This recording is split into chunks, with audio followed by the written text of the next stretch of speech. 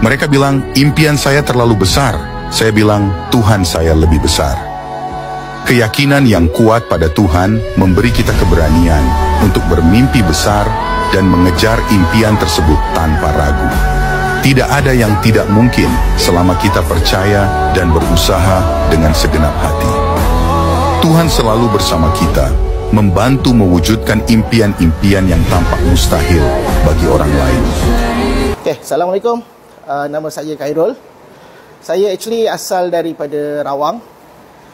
Saya 10 tahun ada experience dalam technical, tapi di kilang lah. Dan sekarang saya bekerja sebagai technical service. Tak ada kena-mengena dengan aircon. Sebab tu terdetik dalam hati untuk nak cari sesuatu yang baru. Jadi mula-mula saya rasa, kenapa nak belajar? Lepas tu bayar pula, sampai 500 kot. 2 hari, 1 malam. Lepas tu, betul ke? 2 hari 1 malam boleh pandai? Jadi pada korang yang nak join, aku rasa tak payahlah. Sebab dengan terpaksanya kau akan jadi pandai. Dengan 2 hari 1 malam.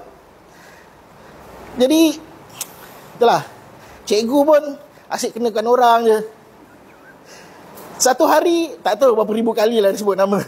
Tapi, itulah. Cikgu Dayak ni memang, kau tak boleh jumpa lah kat tempat lain. Kau akan ingat dia sampai bila-bila. Jadi, pada korang yang rasa berbala ke tak berbaloi, tak payahlah nak join. Sebab dengan terpaksanya korang akan jadi pandai. Itulah, sekian. Terima kasih. Cikgu Dayak memang sempoi. Strong relationship with your customer. Yang tadi saya kata, personalization gets perfected. The fast get furious and the smart get smartest.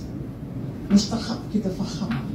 And then you become transformational. Sebab you dah ada arah dan you ada strategi. Yang kedua, you must be the influence. Macam mana kalau kita jadi pemimpin kalau tidak menjadi pempengaruh? Bukan ni kita bukan influencer TikTok, tidak. Kita sebagai pemimpin, macam mana kita nak influence pekerja kita supaya dengar cakap kita, buat macam mana yang kita nak. So itu mustahak, right? Dalam konteks transformational leadership. And brings enthusiasm and motivation into being. Yang tadi saya kata, kena inspire. Always inspire pekerja-pekerja kita. Encourage learning and stimulate creativity and reduce employee turnover. Mustahak tu. Mustahak growth and development pekerja kita kena sentiasa perhatikan yang kita tidak meletakkannya ke tepi. Right? It's about how we can get more value daripada pekerja kita.